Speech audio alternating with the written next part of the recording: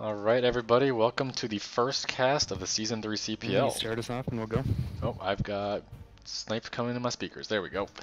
So I'm joined today by co-admin Laser. Snipe, how's it going, man? Oh, not too bad yourself. Looking forward to another great season of CPL here. Yeah. Yeah, absolutely, dude. I mean, this is bigger and better in every way. So today we're going to be kicking things off with a show match between six of our coaches. Basically, we're just going to kind of give you a rundown of some of the CPL maps. I know a lot of people haven't really played on the ASL ones that we've introduced. So good to see that a couple of those were played. And for you guys who haven't seen any CPL yet, it's kind of nice to know what you're getting into, what kind of level the coaches are at, what you can expect to work towards as we progress through Season 3 here. Before we get started with that, I do want to make a couple of announcements. So for all of you who have been with us since the signups, the preseason is currently underway, so make sure that you have your matches done, either pre-played or start playing at 3 p.m. Eastern on Sunday. Anything later than that will be considered a walkover for your opponent, so make sure you guys are timely in getting those in. We've already seen a couple of results, so you guys are doing great. Any questions on how that works, feel free to ask us in DM or in the chat. If you finished, report your results straight to me or Snipe, depending on which tier you are. That's all in the tourney page. And don't, if for you guys who have been playing it and had a couple of mismatches, that's kind of what we expect. I've heard a couple of comments from some people that it wasn't really a close game. That this is how we sort of determine what everyone's level is. So the very first game, we have a bunch of people who came in unranked. We have no idea who they are. Don't really expect to have a close match in the ranking tournament here. We'll be working that out for the regular season. So if you get a mismatch, just GG, have a good time, show us your stuff, and call it a good day. Yeah, that's right. So as Python said, just get those games played, get them reported to us. Other things, if you are still interested in playing in the CPL and you have not yet signed up, you can still sign up. Just either direct message Python or myself on the Discord. We'll take your info down and we'll add you to a wait list. And if a spot opens up, we'll definitely get you into the league and get you playing some games. Yep, I even just saw someone posted in the thread today. Didn't know it was coming, so we're definitely getting the requests. We'll try to fit in as many people as we can. So just send us your info and we'll get you to the list. As far as where we're at in the rest of the tournament, we do have our coaches have been assigned into teams. So coaches are starting to collaborate and trying to figure out what their strategy is, what their name and brand is going to be, all of that fun stuff. And we will be starting the drafting momentarily. It's going to happen concurrently with the preseason tourney. Hopefully be completed right up there on the same time once we have all of the matches in. But we will definitely be able to start figuring out how to draft some players before it's completed. So start to see some of those team picks coming down, and we are going to get underway into Season 3 very shortly here. Yeah, that's right. I believe we had 6 teams, so get ready for that. You're going to be on one of 6 teams for this season. That's a little bit more teams than we had last season. Their teams are going to be a little bit bigger, so the number of matches per week is going to also increase. Yep, and like last season, we're not going to require everyone to participate every week, but we will also try to find that balance where there are enough matches per week so that the players that want to play get plenty of opportunity. So hopefully we'll strike that balance. Hopefully we won't have a bunch of people drop out midway and have to change our format. But last season was fantastic with retention, so I'm expecting the same or even better this season. Yeah, let's hope so. Anything else we have to mention here before we get started with these games? I think that is all the announcements that I have. Set 1 here. Just want to point out, we have a wide range of coaches. They play all sorts of matches. We actually have a Zotac rematch coming up between Dragon Pain and Hawk, so that's really exciting. This first match is going to be Siri and Rogi. Were the two of the coaches back on Team No One Care That, and they will be showing off some ZVT. Same format as what you guys are doing in the preseason, just a best of three on the map pool. So, guys, if you play Z or T, compare this with your games, try to get a feel for the coaches and maybe their styles, and try to learn something if you can. Yeah, should be some good games watching the coaches get playing here. Looking forward to this. I don't know ZVT as well as maybe you do, but it's still a fun matchup. I really enjoy watching this one. I'm looking forward to some of our coaches playing here. Siri has been a part of the CPL since season 1. I can tell you that. He's gone through a few different race changes since I've known him too. Like I think he used to main T, and then he was a main Protoss for a while. Now he's playing mostly Zerg. And roegi is the Terran player. He was evolved, like you said, in season 2, and he is getting evolved here in season 3 as well. He is also one of the moderators or admins on the Foreign Brood War channel, if any of you are part of that. So I'm looking forward to some really hype games here. How about you? Yeah, absolutely. And I haven't seen roegi play too much, but I've played a lot with Siri. He plays all races, he plays all strategies. You just never know what you're going to see. So I think this set in particular, we could see some really interesting stuff.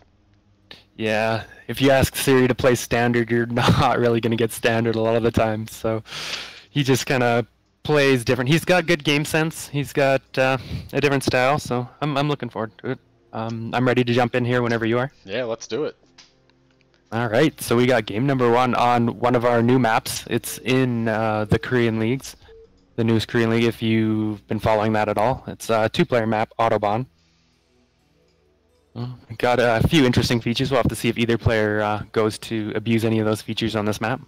And I feel like we're deep enough into ASL has been a little bit. We can safely talk about some of those games if comparisons do come up. All right. If you haven't seen ASL yet, I would advise you go watch it. But we will probably end up spoiling it just because we are going to be on those maps. So here, spawning up on the top left corner, we do have the Teal Terran roegi. All right, and in the bottom right corner, we have our red Zerg, seriØsity. And like you said, roegi mains T. Siri, honestly, these days, I don't know if he mains a race. He kind of has been playing around with a bunch of different matchups in particular. He's played all races a decent amount, as most coaches have, but a lot of them really do specialize, whereas Siri is a little more of a generalist. But with that said, this is ZVT, and I know that that's not a matchup that he does a ton of. Yeah, that's true. I think he's mentioned that TVZ, the other side of this matchup, is the only one he really doesn't like a lot. So I'm not sure entirely how comfortable he is in his ZVT play, but he's a strong enough player that I would expect to see at least some decent games here out of both players.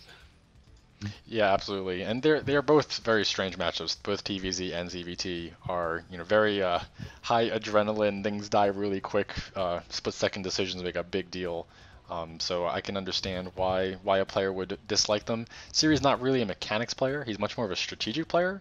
And so this matchup in particular, it makes sense that it really doesn't suit his style as much. Yeah, for sure. We'll have to see if he tries to mix in. He can definitely still mix in some strategic plays, things like lurker drops, or we saw some of that actually in last season from some of our players. So I mean, there's definitely options for that. Looks like he's just going to go ahead and open what would be considered standard in this matchup and getting that 12 hatchery at the natural expansion, getting that up and running so he'll be able to get his economy going. Yep, and we do have a fairly early drone scout out from Siri. This being a 2-player map, he's going to get that drone in no matter what. And good for him, he's going to see the 2 racks. So, a lot of times it's kind of in fashion to go for that 1 racks fast expand. But roegi bringing it back a couple years, doing that 2 rack style, which is still perfectly viable. And Siri getting that scout is going to be very helpful. Yeah, as you mentioned, the 2-rack style, it's still a very fine way to play. It's safe. I mean, some of the Korean pros do that. Like Light, for example, he prefers this 2-rack style, I know. It's pretty safe against most things there can do. Like, it gives him options too. He can, for follow-ups, he can do like a tank push. He can take an expansion. We'll have to see how he wants to play it. Yeah, absolutely. We see no gas yet out from roegi, so kind of hinting at perhaps an expansion type build follow-up, but we'll have to see. Meanwhile, seriØsity going for a 2-hatch build, getting his gas quickly after a spawning pool. So he is planning on some pretty quick tech here, and roegi again gets that scout in. There's really no way to deny that unless you're pulling a ton of drones, but this is a big choke, so that is going to be an unlikely scenario. Siri immediately puts a creep colony at the natural, and so he's a little bit worried about this Marine push out. And I think that's a decent call. A lot of people, might go for Lings, but one sunken is a little bit more cost effective if you want that larva to turn into drones. Yeah, so we do have the layer started. It's getting close to about halfway done. Being a 2-hatch build, he's going to have less larva, and as you said, it's more of an aggressive build being 2-hatch. Like, he's looking to put on some early pressure with either, most likely we'll see mutas here, but it could be mutas, it could be lurkers. He just wants to do something aggressive early on, because he's going for that quicker tech. If he went for the 3rd hatch, more standard, he wouldn't be able to get out his tech as quickly and be able to pressure with that. We'll have to see how roegi handles this. Having scouted it, he should be perfectly fine and know what's coming his way. Yeah, just a perfect scout from roegi. He is getting his gas now after putting down the command center, so opting to do a 2-Rex into an expansion here, and really, against that two hatch build out from Siri, which looks like. I was trying to see what kind of lair tech he was going. I mean, the Hydrogen would have been super late. Spire was a little bit delayed there. But this is going to be a 2-hatch muta play, and just getting as many drones as he can, but really, he's going to have to start saving up larvae very quickly. He's going to have a very low economy. So I like roegi's position just in general, and the way the builds have worked out here. Siri is going to be forced to do some decent damage with those mutas to get ahead in this game.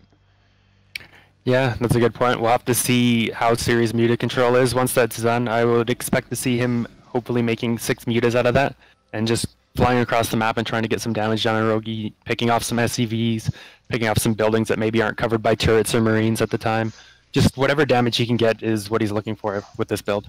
Yeah, absolutely. And, roegi's got a really nice sim here. He's got the supply depot in front. He's got an SCV even to help block, and all of his marines are clumped together. So the few lings that Siri has really can't do anything. We saw them poke in there just for a quick second, but there was no opportunity to do damage. A couple more lings coming out from Siri, but at this point he's going to have to really save his larva. I think he actually doesn't have 6 right away here.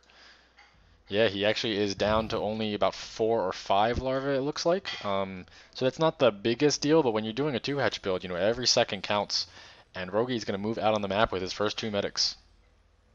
I'm just going to force those lings back. They can't really engage this without taking losses. It looks like Siri's also planning to take a 3rd base here in the top right.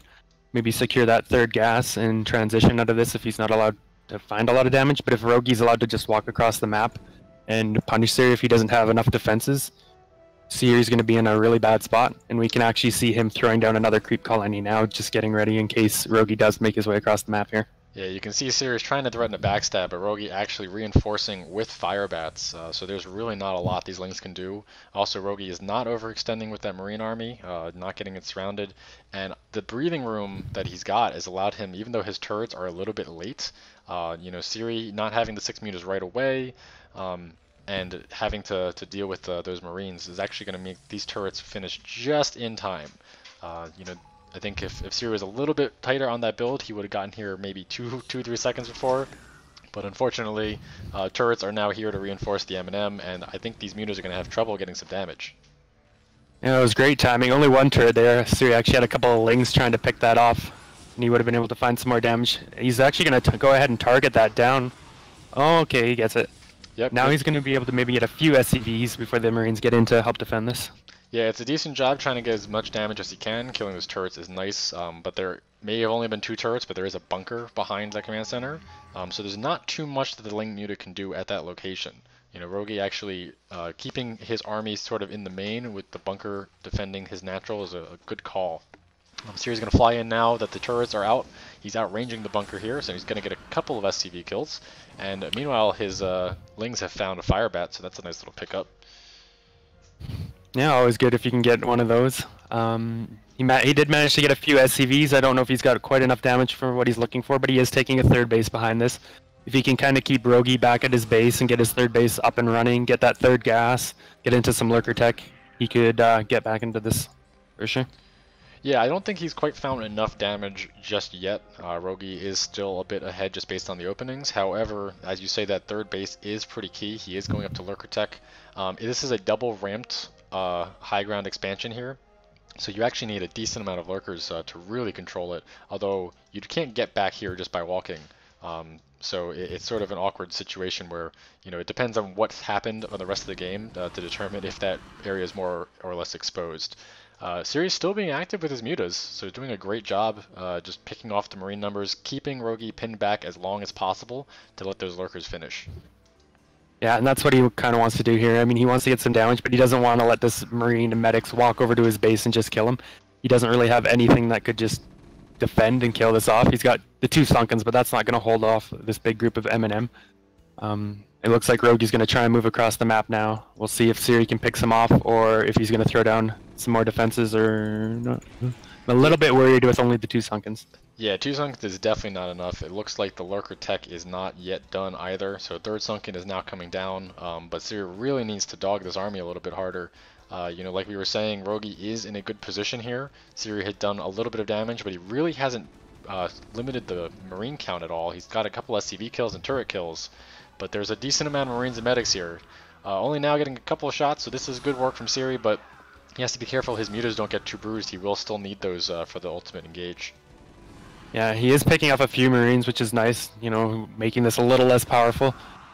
And yeah, I don't think he's lost any mutas yet, which is good. If he can actually kill this force or get it mostly done, he should be fine here. Yeah, he's doing a good job actually dwindling this down. Pause, why do I have OV speed? Yeah, so he's actually got his stacked Overlord here with his group that's going to screw up his muta stack pretty heavily. You really need a lurker to group with that, or get a ling trap behind some minerals or something. And this is, oh my god, the reinforcements out from Rogi catching the mutas. We're down to 4 mutas, and at this point, Siri is going to be pinned way back. He has absolutely no map presence. Yeah, we can see him feeling that too. He's throwing down even another creep colony Sunken, and honestly, he probably needs it to survive here. He's got some lings, he's got a couple hydras out. The lurker's just starting morphing, but he doesn't have any burrowed yet. Yeah, he managed to do enough damage to that Rogi certainly can't push in until this reinforcement group reaches, and even then I don't think he will. Although he is stimming forward, that's a decent amount of lings, and lings plus Sunkens are way stronger than just Sunkens. 4th Sunken is not quite finished, but I think that Siri will be able to hold until this lurker gets done. It will have to burrow very quickly. It could get targeted down as well. Rogi is going to go for it, gets the perfect scan, and this actual first lurker gets killed off here. But the 4 Sunkens are able to hold. So that was pretty ambitious. I am a little surprised that Rogi went before the M&M reinforcements showed up, but I guess he wanted to hit before lurkers. Yeah, he probably scanned, saw the lurker morphing, and was like, I gotta go right now, right? Before that lurker gets up. Yeah, but as it is... So, go ahead. No, I was just going to say, even if those M&M do meet up, once the 2 lurkers are there burrow, that's a different story. So likely he just took the gamble. Yeah, didn't pay off as it is. Siri holds, so we're looking pretty strong. It looks like he's actually going to try and find some more counter damage with these mutas. Like this, anything he can pick off with these mutas, still being active with them, is pretty good. And he's actually going to bring them back now, it looks like. Yeah, he's actually made a ton of mutas this game, because he did lose a large clump. He's back up to 6, and that really delayed the lurker timing pretty significantly. Now, Rogi just took a scan onto Siri's 3rd base here. He didn't see the ramp location, so he doesn't know if there's lurkers waiting for him. And truth be told, there's only a single lurker with the second one morphing, or I guess 2 morphing. So Rogi can assault this position, but he doesn't have that much M&M on the map. Siri now going into the main with his few mutas and just getting whatever damage he can. But this will get cleaned up pretty quickly, and he's going to have to retreat to keep these guys alive. He did pick off a few SCVs, building supply depots and stuff. That's always win. He does get those out of there. I don't think Rogi can really push up the ramp here now that there's 3 lurkers burrowed and a Sunken. He doesn't really have the force. He's got, with the reinforcements coming in, he might try it, especially with these irradiates if he can kill off a couple of those lurkers. Yeah, 2 irradiates coming down. A single lurker and a Sunken will not be enough, so Siri is going to have to pull his mutas back. He's trying to whittle down the Marine count, but he doesn't have enough mutas to really just kill a Marine. The stack is down to 5 mutas. And so that means that the medics are basically negating anything they do. And he's just going to GG right away. He had no units, He had no units to reinforce and kind of surround this M&M group, so he knew like losing this base was losing the game. Yeah, I think that's actually accurate. I mean, he knew he was behind. He needed to at least hold on to this until he could get his defilers out, and those were a long way away. So, GG, well played out from both players, and roegi showing his stuff there. Really good, good game sense in terms of when to attack, when to pressure the Zerg, and then really kept Syria on his back foot for most of the game, even though he went aggressive. Yeah, well played by both players. roegi taking game number 1 there. And this is a best of 3, so we'll see if Siri can come back and make a series and get us a third game, or if roegi's going to take him down again. Always want to see a third game. And we do have it set up like the CPL matches, where it is loser's pick. So this map will be seriØsity's pick. It looks like he picked Aztec. Good old Aztecs. So moving on to a 3-player map. Aztec used to be in the CPL pool from last season, as well as the ladder.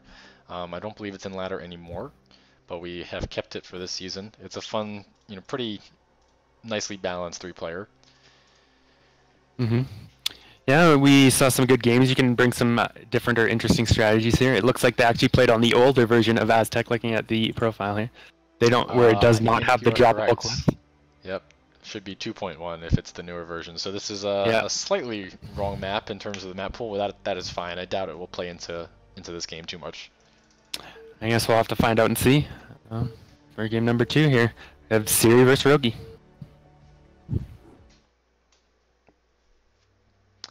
And spawning in the top of Aztec, we have the Teal Zerg, seriØsity. And in the bottom right of the map, we have up a game, our orange Terran, roegi. Yeah, so 3-player maps, you don't necessarily get that initial scout off, so there is the possibility that one of these players will end up playing against a blind block, if they block that ramp. But, a lot of times, especially for a show match kind of thing, you would expect players to play a little more standard, although I guess with Siri, you don't really know what that means all the time. There's only so many cheeses you can do as a CBT, though, so I think we will see something fairly standard 2 or 3 hatch muta. I don't know what kind of turn rate this was played at. I know that sometimes if you have a really if you have a laggy game or a low turn rate, you kind of opt away from mutas because they lose a lot of effectiveness. I doubt Siri or roegi are lagging, so it's probably fine to go muta. And the naturals on this map are very abusable by muta harass. So that's kind of what I expect, but anything is possible. Alright, so right away we see Siri doing something a little bit more aggressive than he went for last game. He's actually throwing down a 9 pool here. So he's going to be looking to get out 6 lings pretty early and put on a bit of pressure on the Terran. And I mean, this kind of play can win games if the Terran's not expecting or isn't ready to defend. It looks like the Overlord for Siri is going to find roegi's base and should be able to send his lings there directly. So it comes down to, is roegi going to be able to figure this out, scout it in time, and defend it, or is he just going to straight up lose to these lings? Yeah, and it looks like just based on where the SCV is heading, he may actually scout this first, so that is going to be really nice for roegi. Although he's cutting left now, so he might have been trying to just catch an Overlord path. I'm not sure what this SCV is doing. Oh, this is a proxy fact. So I knew he got that early gas. I didn't have time to mention that just yet. But he is going to proxy this factory. And, I don't know exactly how that's going to play out because the lings will be out on the map. And if this vulture is behind them, there's not a lot to protect roegi and there's not a lot to protect Siri. So this could get really interesting. Yeah, this game could end quickly either direction, really. We'll have to see. I mean, if Siri's lings run past this, or he's going to scout it with a drone, it looks like. Oh, does that drone see? Yeah, the drone does see the proxy fact. Yep. So he's going to be able to deny this and go straight to roegi's base. And he hasn't made any Marines.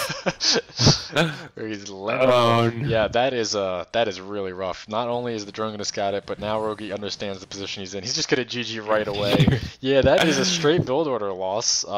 There's not a lot you can do there. I guess maybe if you were like Korean level micro, the SCVs could do something. But cutting a Marine for that long, trying to get that proxy fact out, there's just nothing you can do. Yeah, like he could block that ramp with a couple SCVs, have a couple Marines behind, hold on for a little bit, but he's gonna have put himself so far behind that he knows like it's gonna be hard to fight back, and he just wants to take this to the game 3. So that's StarCraft, guys. take big risks, and sometimes you lose. That's why Proxy Factory versus Zerg is not standard. That's true. So, very quick game 2. On to game number 3. Yeah, I was warned that these games may have been a bit sloppy or something, so I guess that's what they were referring to, that game. Yeah, I don't know if I'd call that sloppy, to be honest. I mean, It's just, it's a bit of luck, it's a bit of read, you know. Things happen. But we are going to be moving on to our second ASL map in the pool, Sylphid. For those of you who were, yeah, for those of you who are really quick on the map download, for the first 5 minutes that the map pack was out, there was an old version of Sylphid. So make sure you're on the 1.7 version here. But right now it is updated. Yeah, that's right. The older version actually has 3 ramps going into that third base. That's kind of middle ground. It's not high ground, but it's not low ground. There's actually 3 ramps, and one of them is blocked by a temple. So do make sure you're downloading the 1.71 version or playing on that one. Okay. All right. Let's get into it. For all the marbles, our coaches are doing this for the bragging rights for the rest of the season. So, you know, this is very important. And they are on the same team. Yes. This is a coach team. Yeah, they were on the same team. They coached together last season and sticking together for this season as coach pairing. So we'll see. So, you know, the winner of this gets all the bragging rights, and if there's ever an argument about strategy, they can just point to this match to say who's right. Yeah, exactly. Find out who's the better coach on their team. Who is the better coach? So right here on the 12 o'clock position on Sylphid, we have the yellow Zerg seriØsity. And over here on the left, we have our teal Terran roegi. Match point, both 1-1. Game 2, you know, just a very fascinating game. Roegi wants a gray map. I'm not sure what he means. Yeah, if he's referring to the tile set, or if he wants Fog of War to look gray, not black. Really not sure. We'll have to ask him later. Yeah, Siri said something about a red map, so I don't know. I think Siri's returning to tile set like a lava map. I definitely don't speak Siri fluently yet, so no. I can't comment on that one. Yeah, Siri has his own little way of speaking sometimes. So anyway, we'll see what these players go for. If Siri's going to do something aggressive, or he's going to go back to like a standard play here. And I don't think we'll see another proxy out of roegi after having it scouted and just fail so badly last game. But that's game theory, right? Like, there's no way he would do that. So that means there's a higher chance that he should do that. Yeah. We do have. But then would Siri know that? I don't know. Siri might know that. Siri has the star sense that all champions need. But no, we do have that drone leaving 2 drones. So one is going to scout, one is going to build that hatchery at 12. And then roegi has not taken his gas, so this is not going to be a fast factory build quite yet. Yeah, so far it looks like both players are settling into play a little bit more standard. Looks like we're going to see 2 racks out of roegi again. Again, completely fine way to play. It's a safe way to play. I don't mind it. Now Siri is actually going to do the opposite of a 9 pull and basically do a 12 hatch into 13 pull. So this is the heavy econ slower tech version of the 12 hatch, where you actually delay that first pull a little bit to get a couple more drones out. So he's really banking on there being no aggressive moves out from roegi, because you know, even those 2 extra drones can make a big difference if this is, say, 8 racks proxy. And Siri scouted the first barracks. I don't think he actually quite saw the other barracks, so he's not sure if this is a 1 or a 2 racks. He's just getting out of there, seeing it blinking, not wanting to lose that overlord to the first marine that pops out. Yeah, and losing the first overlord is such a killer move. You know, the larva and that 100 minerals makes such a big impact at this stage of the game. Do have the 3 hatch coming down and gas, so completely different builds coming out from Siri. Looks like roegi is going back to the build from game number 1. Still no gas taken, so he is likely going to expand behind this. Yeah, main difference we have here is Siri is actually doing something that would be considered more standard than the first game. First game he went for an aggressive build of 2 hatch Muta, which didn't get enough damage to kind of put him behind. And this game he's just going to play, you know, safer. He's going to get that 3rd hatch. He's going to have more larva up and get into more of a standard game. We do have this late bunker coming out from roegi. So actually, sort of calling the bluff. You know, Siri went heavy drones and went a late pull, and we barely have any lings out. So this bunker is kind of annoying, but Siri's dealing with it pretty well. He's actually pulling a couple more drones to deal with this, and the Marines have to be a little bit careful here. They're actually really, really low. One goes down, but he does trade your drone for it. So all in all, it's kind of hard to say who got the better of that exchange, especially if Siri can kill a couple more of these Marines that are still being rallied over. Mm. Decent little micro there. He does get one of the Marines and another, so this is going well for Siri. I mean, I think it wasn't really a committed bunker rush. I don't think he really expected that to work. Just kind of forced Siri to pull some drones, maybe overcommit and get a little bit of an advantage that way. Yeah, a bunker at that timing, there's almost no way it kills the hatchery. But what you're really hoping to do is get some drone kills, force extra lings, all sorts of little things can just hurt the Zerg econ little by little. And if you can get out of it without too many of your own Marines dying, then that's a really big win. Going to try to surround this Overlord, but it is in a position. Siri's confused that he can even see it, but there's no way he's going to kill that. Unless he's turned it back now. Yeah, that's. I mean, that shouldn't go down. Siri is moving it kind of haphazardly, but it has enough health versus unstimmed, unupgraded Marines. I'm not too concerned for it, but that would be pretty funny. So as it is, Siri's going up to his lair now. That's just about done. I don't see a Hydralisk den started yet, so I imagine he's going to be going for mutas again. And he's taking that second gas, so he can bank up a lot of gas to make those mutas. Sham2 in the chat being MVP, letting me know the hotkey for the unit panel. Appreciate it, man. That is very helpful. We now have a bunch of links coming out, but they don't have speed, and there is no wall here, so they actually can get a decent trade, although they are focusing on the SCV. So, roegi had another SCV ready to go. That really barely delays the command center, and I think if he had just jumped on top of those Marines and traded, that would put him in a really good position once the mutas come out. But unfortunately, taking one SCV down for like 3 Zerglings is not the greatest trade. Yeah, like you said, if he could have picked off some Marines, that's really nice, because then when the mutas do come out, roegi's army isn't going to be as strong enough, and Siri's mutalisks should be able to do some more damage. But as it was, that SCV did delay it. If there wasn't another SCV coming up, that would have been, delay that CC a little bit longer, which could have been nice. But because there was that SCV, he didn't really delay it much, and now roegi's just going to kill these few lings at the front of Siri's base. Yeah, at the front of his base. Rush distances here are actually pretty small. Siri hasn't even started his colonies yet, and Spire is not done. This is a well-timed 2-racks push, and once that Academy unit comes out, you really need the sunken colonies to deal with this. So Siri's gonna have to do something to delay this. He's gonna have to threaten backstabs with the lings, do some sort of maneuvers to keep these colonies up. But roegi isn't actually being delayed at all. This I'm pretty is worried really dangerous. Siri. Yeah, I think these Siri could just lose here. Like, he doesn't even have the mutas started. He's pulling all the drones. He's got to do whatever he can to defend.